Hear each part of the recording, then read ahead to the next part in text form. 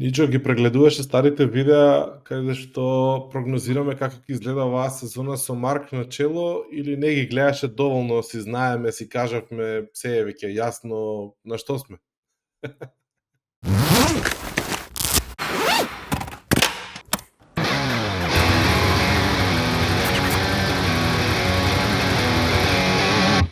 Сега е веќе време да прогнозираме за наредни 5 години, да ти кажам право, пошто за оваа више завршивме со прогнози, ја мислам дека.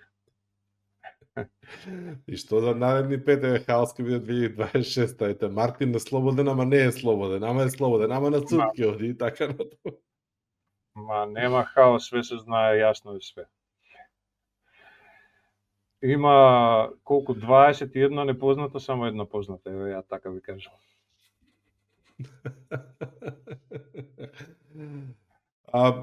Знам дека оваа епизода повторно ќе паднеме во замката да звучиме како млади фанови на Маркес и да го хвалоспеваме Маркес.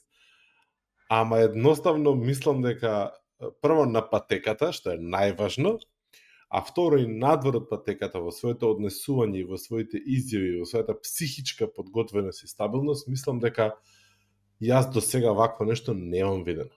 Значи, да биде прво на патеката Звер, контролирано да извози 2 трки, кратка и долга, односно спринт и полна трка, во која што буквално возеше онолку колку што му треба да извози, и после тоа надвор од патеката да биде заштитник на сите други возачи, да ги застапува и брани и да биде стварно коректен и да се труди да биде кул кон сите и стварно да е кул кон сите, пред медиумите и пред јавноста да им кажува дека не е тоа така, дека луѓето не сакаат да го поминат брат му, дека не сака да го поминат, туку едноставно не можат да го поминат.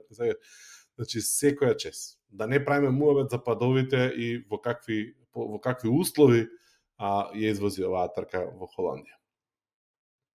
Па не може да биде иста како прошлата трка, пошто имаше, мислам дека поише леери овој викенд тркачки, не беше толку едноставно како што некако би прочитал резултати би му изгледало, нели?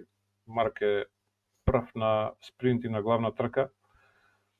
Мислам дека беше малце покомплексен овој тркачки викенд и покрај тоа што му штрчеше конец од брадата, нели му стави едно копче за да може да не му се отвори таа брада исчукана од шлјунекот кој што се заринка не само со брадата, туку и со нешто по-осетливо вака на машкото тело.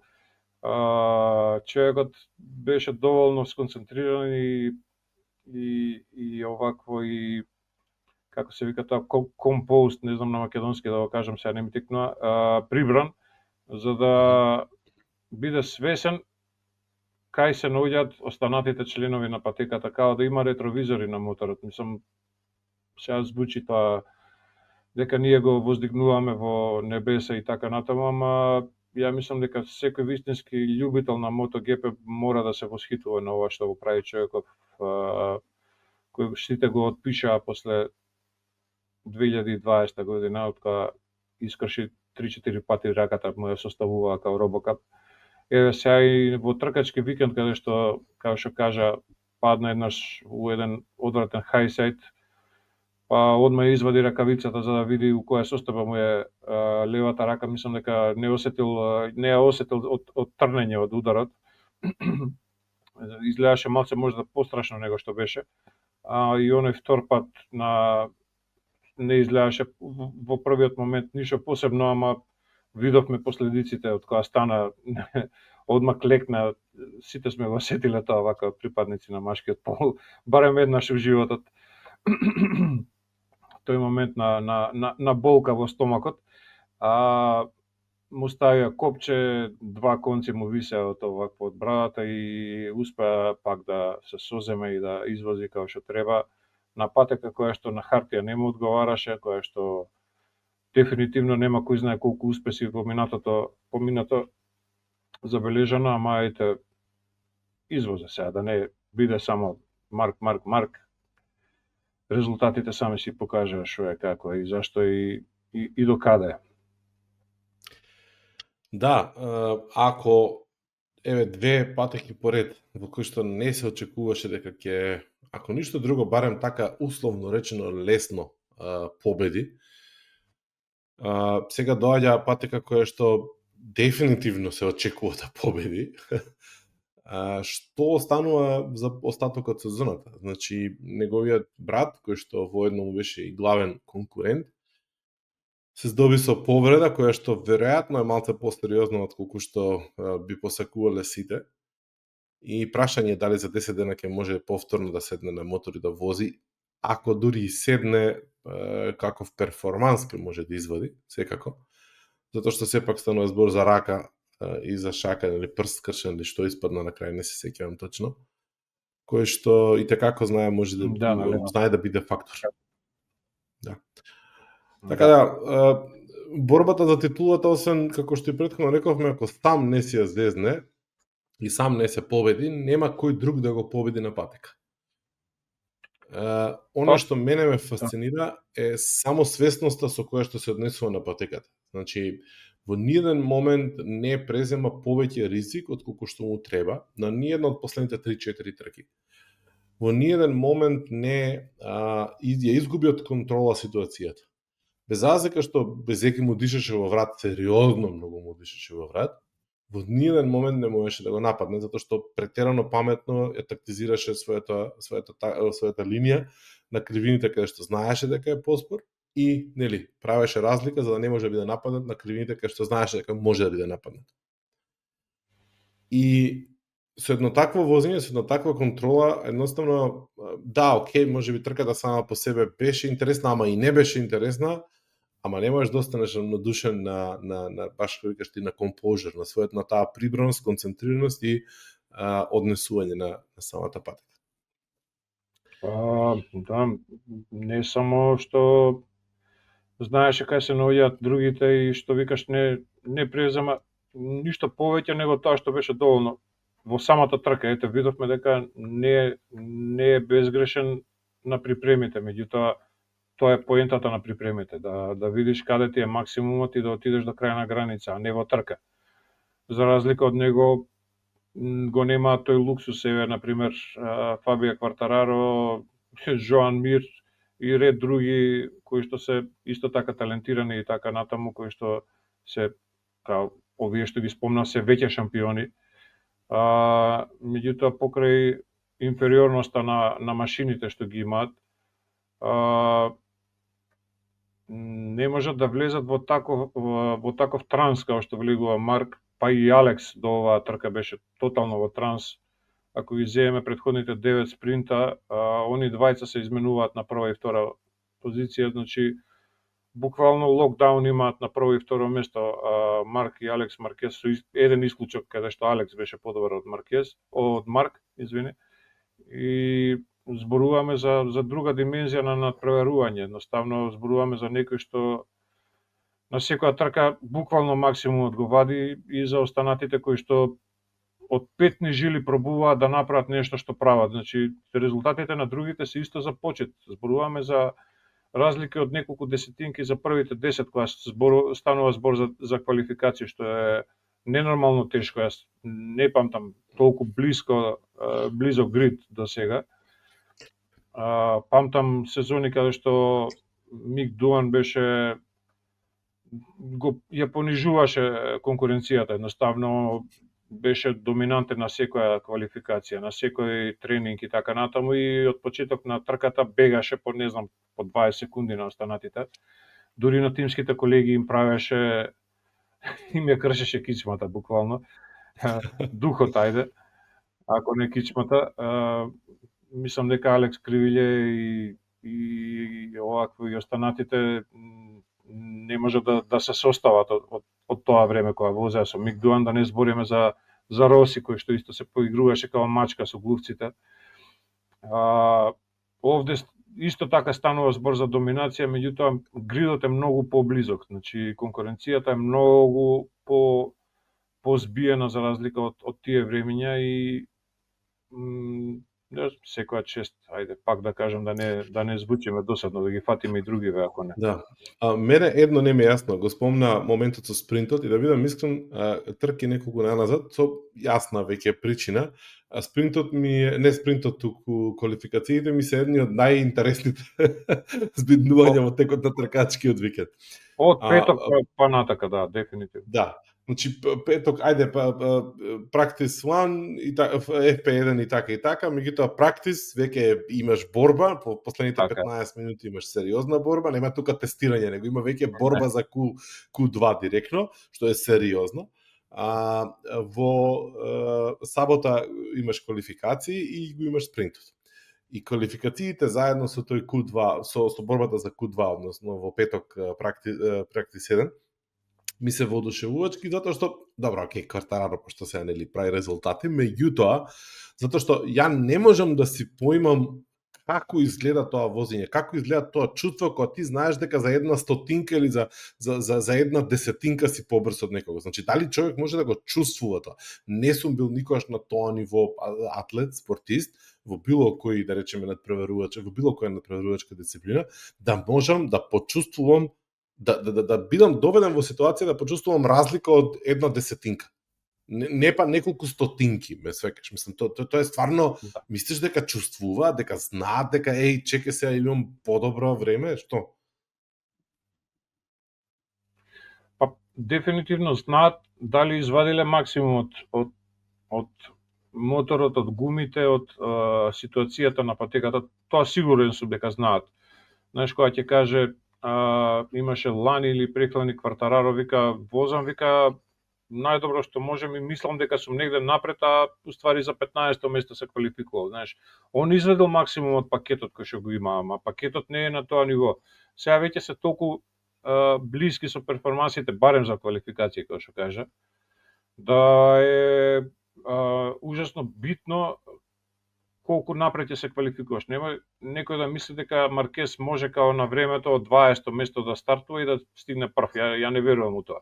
Во ваква поставеност на тркањето не верувам дека може и затоа толку му е битно и на него во петок и во сабота да биде напред.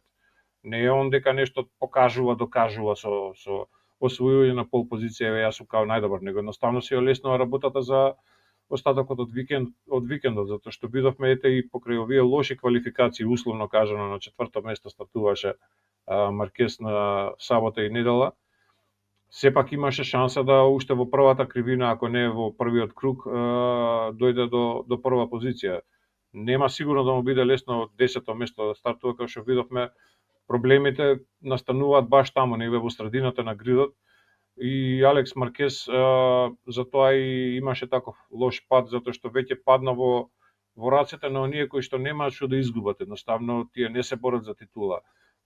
Коста се бори за престиж, за прво место, за подиум, за да си покаже на себе дека се уште го бива, дека истиот оној Коста од лани. И Алекс Маркес за мене, мислам дека незрело под наводници извозе оваа трка, а може би притисокот што му го наметна новинарите, као ти не го напаѓаш брат ти као што ги напаѓаш другите, и бас докажа дека е стварно така. Значи, ваква непромисленост не направи со Марк Маркес, направи со DJ-а во Катар, кај беше, и сега направи со Коста. Значи, во двата случаи, он ја изгуби битката, не ја изгуби битката само со противникот, него сам со себе, затоа што заврши на подот и изгуби огромен број на поени, а сега во случајов и се задоби со повреда која што не е наивна. Така да многу е битна стратегијата, тоест пристапот кон самиот тркачки викенд и која ти е целта, што сакаш да направиш. Така, има еден водач кој што полека но сигурно се чини дека успева да докаже дека има пакет неговиот тим кој што вреди да се спомнува често, зборувам за Бедзеки и Априлија, кој што очигледно им требаше време малку за да стигнат до некоја подобра понуда, до некој подобар пакет што може да го понудат, затоа што возат со еден возач што е на топ ниво. Дури и не е ни на највисокото ниво, туку е само добар возач кој што условно речено е еден од многуте. му требаше време, се уште има проблем со квалификациите, се уште не може да извози доволно добар брз круг во квалификации за да биде во прв ред или барем некаде на добра позиција во вториот ред, но во трка и како покажа дека не само што има темпо, туку ако стартува од напред дека ќе биде многу сериозен кандидат за топ 3, едно од топ 3-те места. Го гледаме неколку трки како од позади доаѓа нанапред, како што одминува трката се побрз и побрз станува. И она што мене ме радува е што на некој начин го гледам антиподот на Ямаха, значи кај Априлија, или кај Безеки и Квартараро. Се не знам дали е до самиот мотор или е до самиот возач, или веројатно комбинацијата. Ако Квартараро успева да извади максимум за квалификации, Безеки не може да го направи тоа, меѓутоа па обратно се случува во трка. Значи Безеки успеа да извади не максимум, туку многу повеќе од тоа што условно речено се очекува од него во трка. И мислам дека како што одминува сезоната, Безеки ќе станува подобар и подобар. Да не го урочам. Меѓутоа, во некои ситуации, сега јас го спомнав на почетокот тоа, со сите овие заврзлами и компликации со Мартин, искрен да бидам на почеток него не ми беше симпатичен Мартин, па некако ги побуди, ги доби, ги освои моите симпатии и сега повторно можам да кажам дека воопшто ми станува антипатичен, воопшто не ми е симпатичен повторно, затоа што некако добро, окей, сакаш поише пари, Honda ќе ти дае поише пари, имаш болја иднина или што и да е, ама нема да се вадиш на глупости, ме свегаш, значи докажи првен дека си возач. И тука условно речено, јас лично, иако имам нула релевантни информации надвор од оние што ги читаме сите по медиумите во форма на гласини или објави на социјални медиуми, мислам дека Honda е највиновна тука, пошто мислам дека Honda е таа која што верува во него и која што го подлажува, односно му вика, еј, ти си се уште број 1. Мајсторе, ти требаше да потврдиш и да докажеш дека си стварно број 1. Пошто сега гледаме дека на Дукати не било толку многу тешко да возиш, да те видиме што можеш да направиш на другите работи. Значи да, окей, да беше Дукати 2025, можеби ќе требаше да се докаже. Дукати 2024 гледаме сега дека уствари нели бил зеро од мотор, но ајде да видиме што ќе направиш на друг мотор. Не можеш да кажеш дека ти вредиш толку многу и ја мислам дека Honda тука може од околу да се обвини најмногу, пошто му ги дига акциите. Види, на Honda е едина цел сега во моментов да најде исклучителен возач, затоа што инвестира многу во моторот, во тимот, во цела структура на ХРЦ, затоа што првпат во историјата некој не јапонец е начело на овакво на тркачкиот тим. Тука и Алберто Пук, кој е немилосрден менаџер тимски и кој што него засега мислам дека многу тимски договори,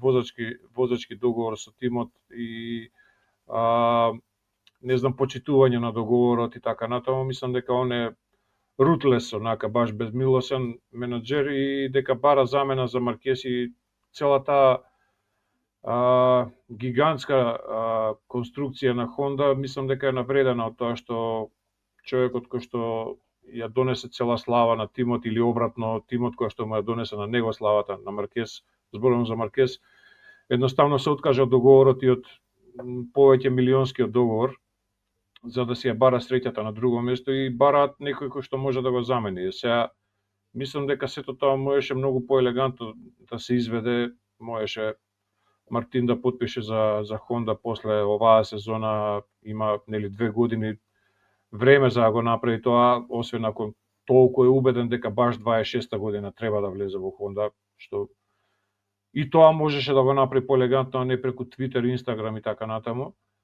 И потрагата по него е сосема окей, ама ти имаш човек кој што има свест, кој што нема 15 години, има 25-6 години, и не може некој тек така да го излаже, да го прелаже со понуда добра финансиска.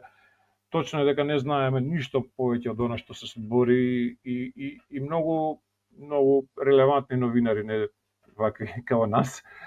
Мислам дека немаат појма што се случува внатре во главата на Мартин, што е договорено, што е разговарано позади затворени врати и така натаму, ама сето ова личи на вадење на прљавштини, на виделина непотребно и навреда за довербата на Априлија, која што има моја доверие на Мартин, што е многу без везе. Сме гледале до душа и од страна на Априлија многу страшно лоши менаџерски потези во поглед на возачи, која ги шутираа буквално на клоци Бредли Смит и Скот Рединг и не знам, ајде подсетиме ако Јанонес имаше сам пех и така натаму, значи немилосрден е спортот, факт, меѓутоа имиџот на Мартин е тотално нарушен. Имиџот негов личен како шампион, мислам дека толку се ја девалвираше бројката 1, ја не се сеќам некад да се случило такво нешто до сега. Ако се враќам назад и пак паралела правам со Формула 1, памтам Деймон Хил, кој што Вилијамс 96-та година едноставно не го продолжи договорот со шампионот актуелен и си отида во Ероус, значи во најслабиот тим, човекот извозе мушки. Таа сезона дури за малце во Хунгароring ќе освоеше прво место со не трето разреден, со 10-то разреден болид. Значи направи максимумот од ситуацијата. Тоа требаше да го направи и Хорхе Мартин, кој што како што гледаме потпиша за тим кој што е втор после Дукати по перформанси. Ако земеме некој просек и бодовно и она што го гледаме на патеката, ако го тргнеме на страна само Квартараро со тие ултрахеројски квалификации што ги прави вон серијски, вон конкуренција, нема некој што можеше да му парира. Не, Безеки, оваа трка, мислам дека му е трка на животот и покрај тоа што има веќе победи со Дукати, меѓутоа со ваква Априлија он да му дижеш во врат на Маркез 26 круга е за мене ултра добра трка за Безеки. Со тоа што докажа дека моторов е на ниво. Јас се зезав, се шалев дека гарантно имаат ветано некој бонус на Безеки баш да докаже дека може, ама мислам кој бонуси да ти ветат ако не е моторот на ниво за такви перформанси, џабе ти мислам, ќе заврши ушлјунак. Ќе им останат пари од договорот со Мартин, веројатно, пошто ќе треба да им ги врати он парите 5 милиони или колку и да се надат од договорот, може му ветиле дел од тие пари на Безеки. Стварно е без врска и пред трка ти да изјавиш менаџерот на Мартин изјавува, да, ние сме 26-та година, е слободен као птица Мартин. За после тоа менаџерот на Априлија, како се викаше? Флавио Виет. Не. Флавио те? Не, ја го мешам со Албесијано. Не. Албесијано е во Хонда, исто од Априлија, ама инженер, не е тимски. Нема везе. На фата се ми текме како изгледа, класик италијанец, ама добро, кој што трчаше после трка као да има 15 години. Се тркаа со други. Да. Значи, он си кажа, после трка ние имаме важечки договор со Мартини тука, освен ако треба да завршиме на суд, за што сме тотално релаксирани дека ќе добиеме, не станува збор за никакво ослободување од договорот. Значи, се створи една пат ситуација во тимот на Априлија со Мартин. Масимо Ривола. Ривола. Се створи таква една лоша ситуација. Се замисли кај да треба да се појави, прочитав денеска дека нема да се трка во Германија, него прошол лекарскиот преглед.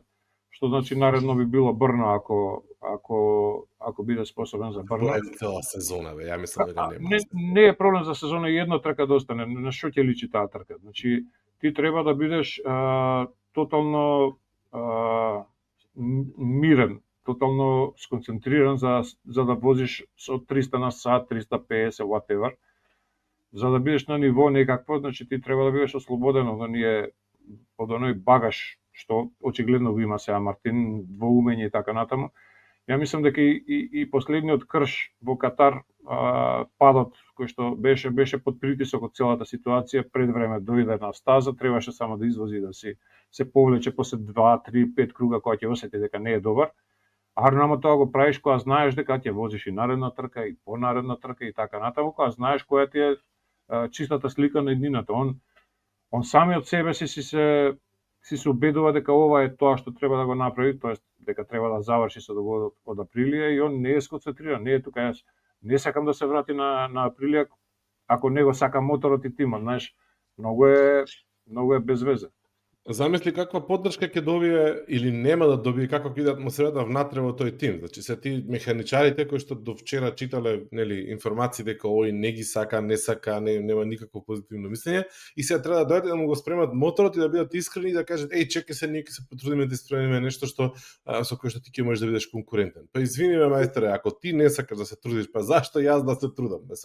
Мислам, буквално многу тапа ситуација. Ја искрено да бидам се надевам за доброто не на Мартин, него на овие другите у тимот, дека воопшто нема да се врати оваа година да вози за Тоа има повеќе логика, искрено ја го размислам истото. Значи колку ќе му тежи на него зборот, било кој збор кој ќе влезе, кој ќе заврши 5-6 круга, не е битно колку од тренингот и кој ќе каже слушајте дечки, треба ова, ми треба од моторот, ми треба ова, ми треба, мислам кој ќе го слушаш, кој ќе го свати сериозно? Ќе да шамар ќе биде. А не, колку треба да се они професионални да се изолираат од се ова што го слушаат како и ние што го слушаме, што го гледаат и знаат дека човеков е на две столици седи и сега ти треба поддршка да му даеш, мислам. Види, значи тој тим, тие луѓе се разочарани, затоа што тие биле спремни да дадат се живо и диво оваа сезона за да докажат дека може да бидат на врв. И сега некој ти дојде и вика, слушај, не сакам јас со вас да се надпреварувам за врв. Ме свегаш. Не сте вие, знаеш. Не, мислам уште пред да видите ме убедиле дека треба за вас да возам уште. Да. Мислам, нема врска. Ај потрудете се 6-7 трки да вака дајте се од себе за ја да се убедам дека ама више џабе кажа менаџерот дека он е слободен за 26 години. Помина и тој воз. Размислиме или пројде скроз. Помина возот, потрудете се. Еве Безеки докажува дека моторот има капацитет. Не само Безеки, значи, Огура докажа на крај крајот. А и на почеток беше Огура кој што покажуваше дека има капацитет. Ајде се повреди беше. Да. Многу ми падна жал кога го гледав колку се мачи последниве трки и тој. Да, бога ми да. Што правиме муавет за КТМ и Акоста? Оваа трка извози машки. Па КТМ очигледно дека им треба некоја стабилност за да почнат да вадат максимум од тој пакет затоа што премногу експериментира баш тоа што им се случува надвор од патиките, очигледно дека има потенцијал во тој пакет. Вињалес, гледаме од Вињалес дека стварно може нешто да се извади од тој пакет и дека треба само да се прилагоди малце возачот, не малце повеќе. За Коста може би беше проблем на почетокот, ама еве сега и он почнува да го наоѓа овакво краевите да ги фати од тој мотор. А Коста, ако е паметен и ако не сака да го повтори тоа што истиот менаџер со Мартин, истата судбина ако не сака да ја види, онда треба да свати дека нема друга алтернатива и веројатно и преговорите со VR46 не идат у прав правец, така да наредна година имаш нешто скроз олади тоа беше кога да се видовме и толку остана муавет, нели имаш и со Honda некоја шпекулација, па види, она што ми се допадна е што не е една трка одеднаш сега нешто се случува со КТМ, туку гледаме континуирано дека туркаат, дека се мешаат во топ 5, топ 6, без разлика дали е Акоста како овој викенд или Вињалес како претходните. Многу ми се допадна моментот на Вињалес како ги храбреше и ги бодреше и застана позади сите возачи кои што не се Дукати, пошто дека тоа ни е целта, треба да ги победиме Дукати, каде не е важно кој е. Па тоа е единствен пристап кој што треба да го има било кој возач на не Дукати. Мислам дека е сулудо да паѓаш и овакво да вадиш само некои оправдувања, ова е, она е, не знам што, ете го. Вињалес за кој што никад не верувавме дека ваков став ќе има, еве го покажува некоја си друга негова страна на упорност. Веројатно се наоѓа и приватно во некој си хармоничен период од животот. И така изгледа. Да, така изгледа, значи човекот доаѓа професионално, си завршува работата, максимум вади, што викаш, го бодри Квартараро као да се тимски колеги, као да се Марк и Алекс Маркес упрашање, а не овакво конкуренти од тим и не знам, за секоја пофалба е Вињалес и покажува на патеката плюс. Види, она што го зборуваме цело време, ни фали ривалство, ни фали ривалитет, ни фали да, окей, гледаме дека нели времето е друго, времето е променето, не се однесуваат меѓу себе така возачите, меѓутоа имам чувство дека сега имаат сите тие заеднички, од една страна водачите имаат заеднички условно речено непријател, тоа се моќните Дукати, односно Дукатисти, а од друга страна сите заедно мислам дека како противники имаат јавноста, односно имаат социјални медиуми, гласини, провокации, подкастери, јутјубери, нели, твитерџи и така натаму, кои што си бараат рчка, си бараат нешто интересно, си бараат, нели, нешто што ќе им донесе клик повеќе, кликбейт повеќе. И во некоја ситуација не можам да кажам застанувам на едната или на другата страна, јасно ми е, допрва повеќе ова ќе биде изразено, затоа што официјално минатиот епизода заборавивме да го кажеме тоа, Европска комисија го одобри, нели, ја одобри купопродажбата на Дорна, односно Liberty Media сега има дозвола и веќе е сопственик официјално на проверувањето. И она што може да очекуваме дека уште повеќе ќе бидат и како да кажам, изнесени, изложени возачите на ударот на јавноста, условно речено. Уште повеќе ќе треба да бидат медиумски звезди, уште повеќе ќе треба да бидат money making machines, ме свекаш. Кој што во една ситуација уште помалку ќе овозможи да имаш ти дуели. Уште помалку ќе овозможи да ти имаш ривалства како такви. Ќе имаш ривалства кои што медиумите ќе сакаат да ги направат. Меѓутоа, кога ќе осетат дека тоа е нешто вештачки, возачите автоматски се повлекуваат и се бранат самите себе си. Она што можевме да го посведочиме викендов што го направи Марк, кога, нели, зборуваше во име на повеќе различни возачи. Она што го гледаме сега со Вињалес, нели, дека застанува окей, ги браниме сите други. Што е добро, е сладко, ми се чини никој пат видено до сега, но во било кој случај не треба да заборавиме дека борбата за титулата е известна и веројатно се ова што следува е под големо влијание на тој факт. Дека на сите им е јасно дека нема што да прават више тука на тема борба за титула. Па Марко, освен не да Боже повреда, ја мислам дека нема што да ме одземе титулата веќе, а неговата реакција, она бранење на Алекс, мислам дека беше поттикнато многу повеќе од падот на Алекс и повредата, затоа што верувам дека психологијата, колку сакаш биди ти професионален и игнорирај ги тие муабети, да те прашаат 5-6 пати, абе ти нели можеш да го нападнеш брат ти како што се бори со другите, тоа влијае и влегува под кожа. Можеби тоа беше дел од причината за која што Алекс така влезе у дуел со Акоста, као да се покаже дека еве јас сум болji од брат ми или барем на ниво на брат ми и така натаму, и мислам дека Марк го препозна тоа како опасност која што прети, затоа што многу лесно може да се изгуби глава. Пази, Алекс првпат се соочува со ваква ситуација во MotoGP, претходно во Moto3 и во Moto2, да, меѓутоа никад не возел покрај брат му на крај крајава, секогаш титулите го освојуваше кога брат му беше во погорната категорија. И заштитнички, што е нормално, и ајде сега сите тие муабети зашто не го напаѓа Алекс, Марк и така натаму, на крај крајава негова работа е. Извини, ама браќа се и ја и ти не можеме да се ставиме, ете ти имаш брат, ја немам брат, ама не знам ја како би се понашал у таква ситуација, и точно е дека се претерува со пецкањето, со провокацијата, ама па у такво време живееме, не можеш да го избегнеш тоа. Тоа ќе го видиш или у социјални мрежи, или не знам, негде ќе те закачи таа информација дека се збори позади падокот на таа тема, така да на крај крајава за тоа се платени тие луѓе, тоа им се нивните сладки маки се, како сакаш кажи го. Така.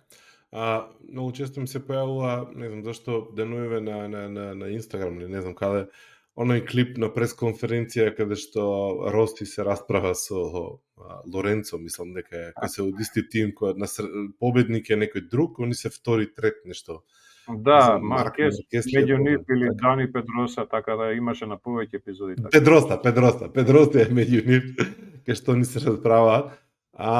Не верувам дека тоа ќе го добиеме. Може ќе добиеме некаков тип на расправа помеѓу Мартин и Априлија јавно, или во суд ќе видиме. Во судска клипа. Паралели.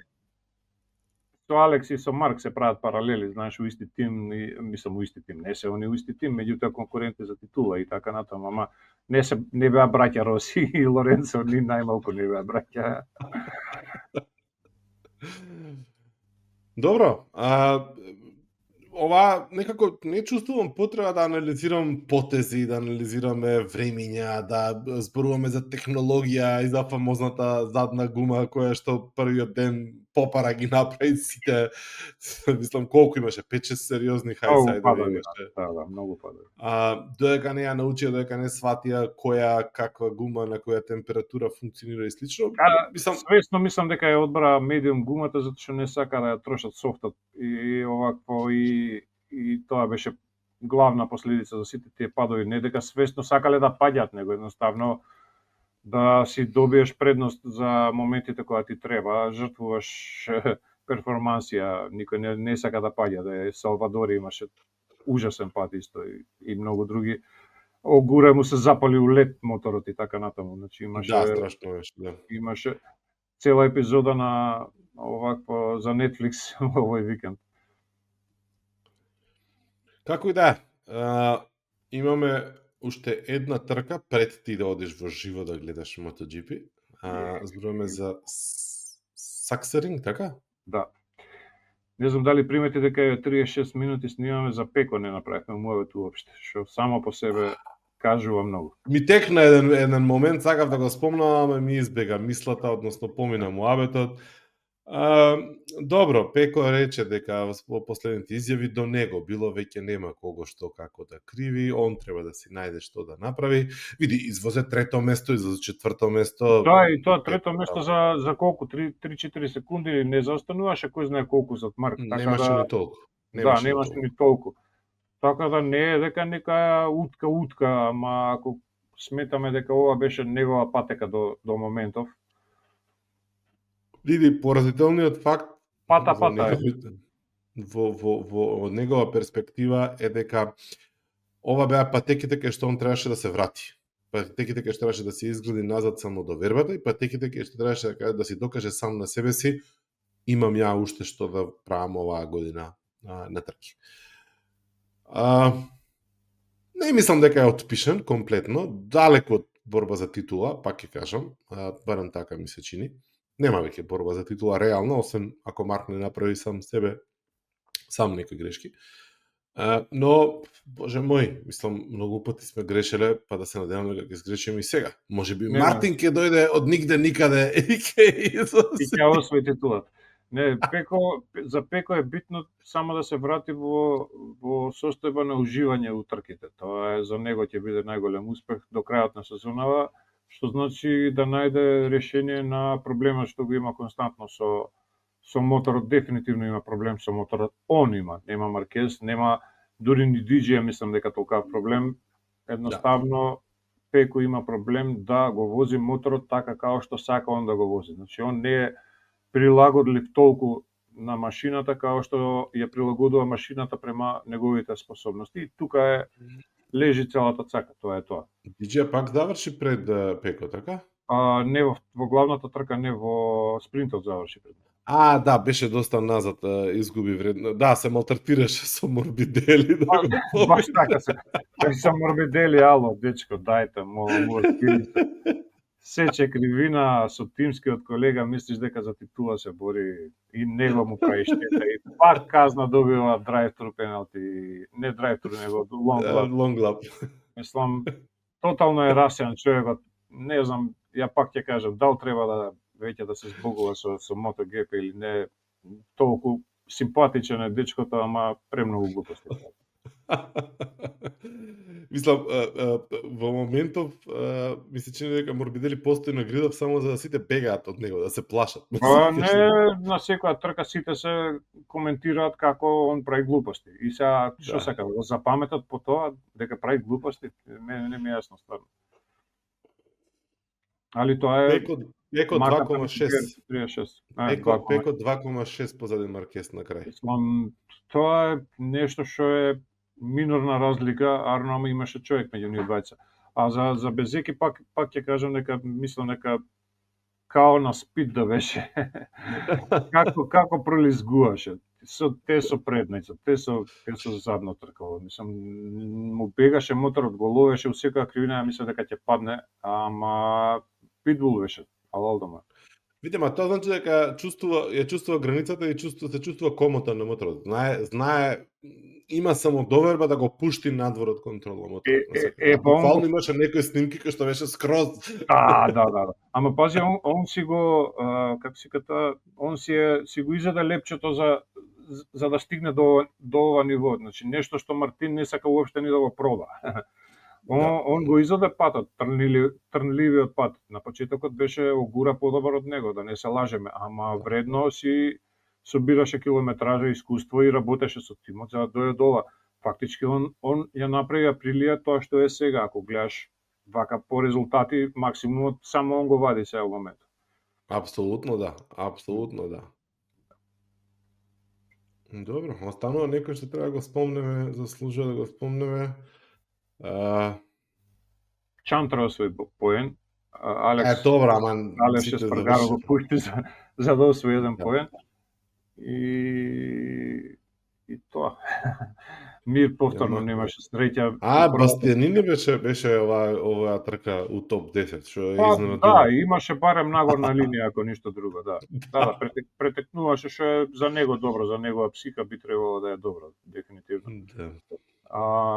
Мир имаше одвратен пат, скоро да го прегази Алдегер, пошто падна пред него Алдегер. Да. И добро се заврши среќа без страшни некои повреди, за што не може да се каже истото за Мото тројки, каде што предпоследен круг Лука Лунета падна во есот пред целта и беше прегазен од јапонскиот возач Яманак. Да, од Яманак. Беше прегазен, има 2 скошеници на нозе, ама тоа е, мислам дека треба да биде радосен со тоа што не е упрашање кичма или не да боже нешто друго. Така да тоа беше еден страшен пат, ама мототројките се познати по такви некои одвратни повреди и уште полошо. Мислам дека последните смртни случаи се случија, не мислам туку дефинитивно се случија баш во мототројки, така да добро дојде. Имаме уште еден дуел кој што вреди да го спомнеме за овој тркачки викенд, дуелот во Мото2, кој што некако станува доста возбудлив. Да. Зборуваме за мојот миленик Арон Канет и Диего Морира, кој што закачи првпат бразилско знаме на прво место во Мото2 и секој чест заслужено, буквално заслужено. Меѓутоа, таа битка беше доста напната, особено после минатиот викенд во Муџело, каде што убаво се почеша они двајца и си размени. И во Силверстон, точно. Да. На Канет, сега не успеав да видам, иако прочитав дека со кацига ја го си гудрил визирот напред, така. И изгубил брзина заради тоа. Да. Него видов моментот кога се скрши, не сватив дека со кацига удрил. Тој момент некако го пропуштив.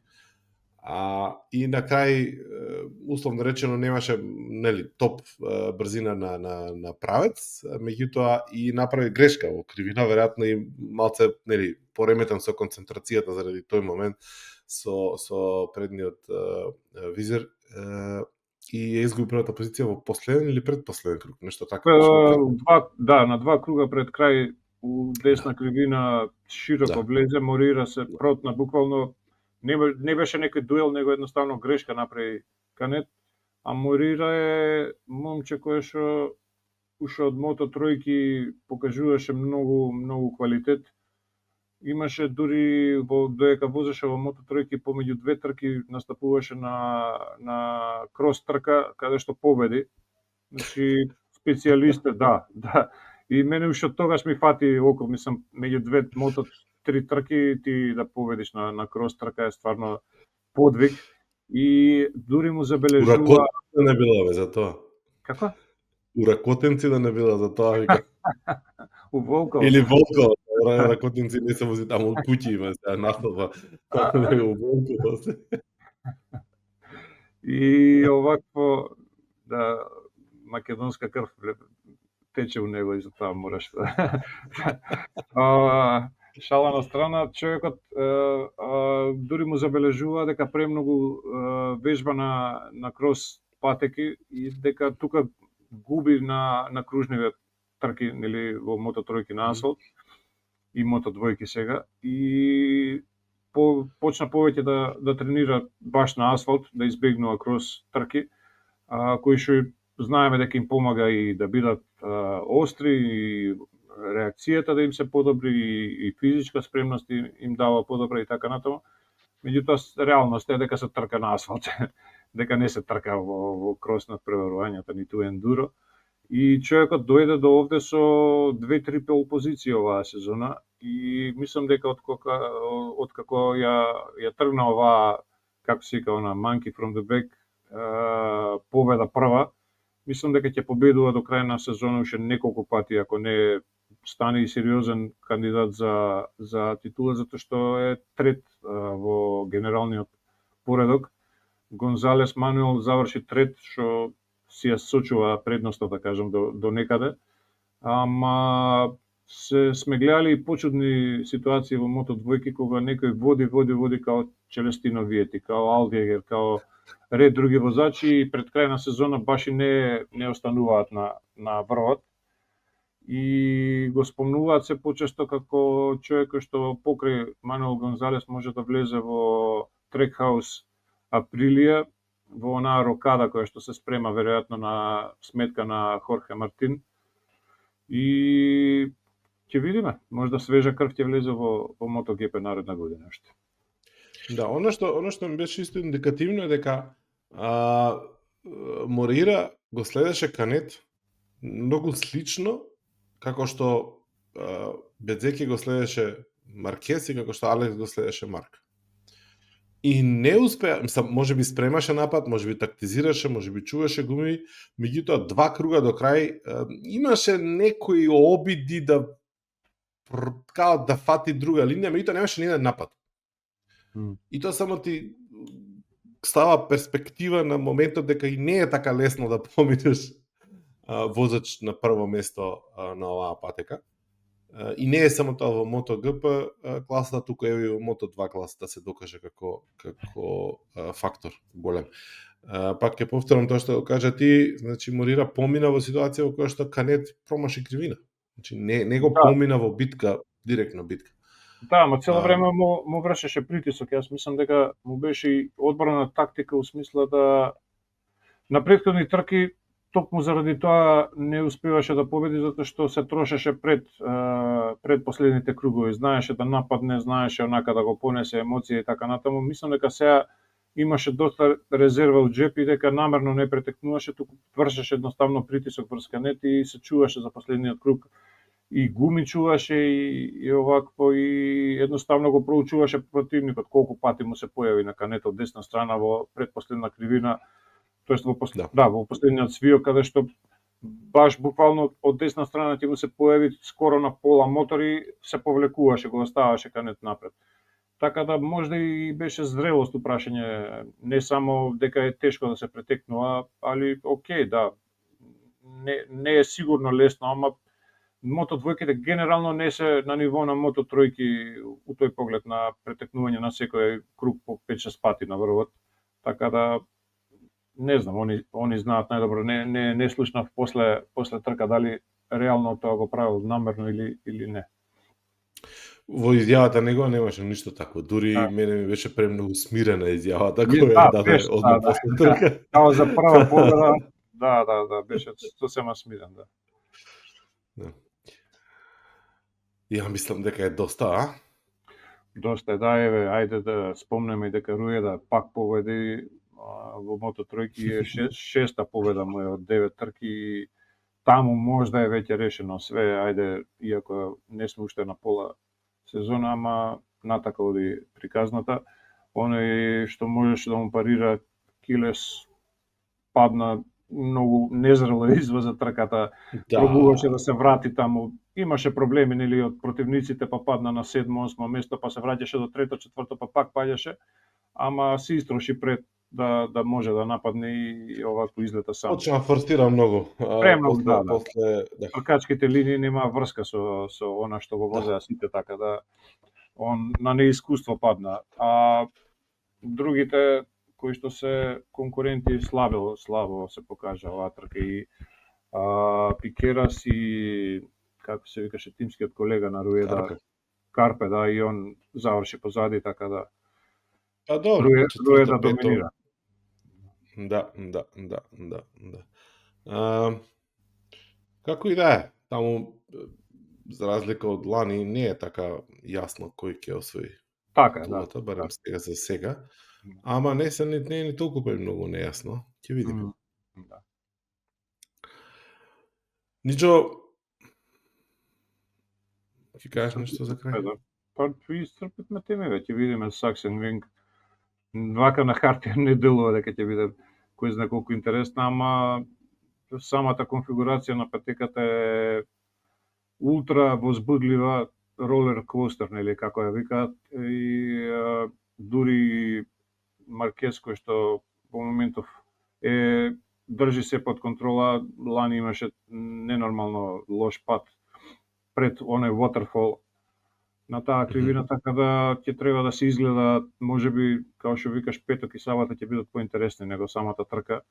И нема, мене никад не ми е досадно, 24 сати пушти ми, ќе ги гледам и тренинзи, и умало нека вртат кругови, ќе ги гледам, мислам, ова се гладиатори модерни, така да. Значи, пази, да се случуваше овој тип на резултати, финиши, P1, P2 за браќата Маркез, толку континуирано и толку доминантно. Да се случува овие работи во F1. Што ќе зборувавме се? Леле колку е досадно, леле колку врска нема, па види, Макс Ферстапен победува цело време.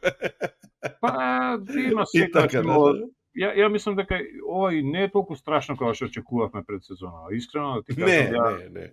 Далеку од тоа што очекувавме, посведочивме на една неверојатно интересна победа на Зарко во Леман, на Безеки во Силверстон и така натаму.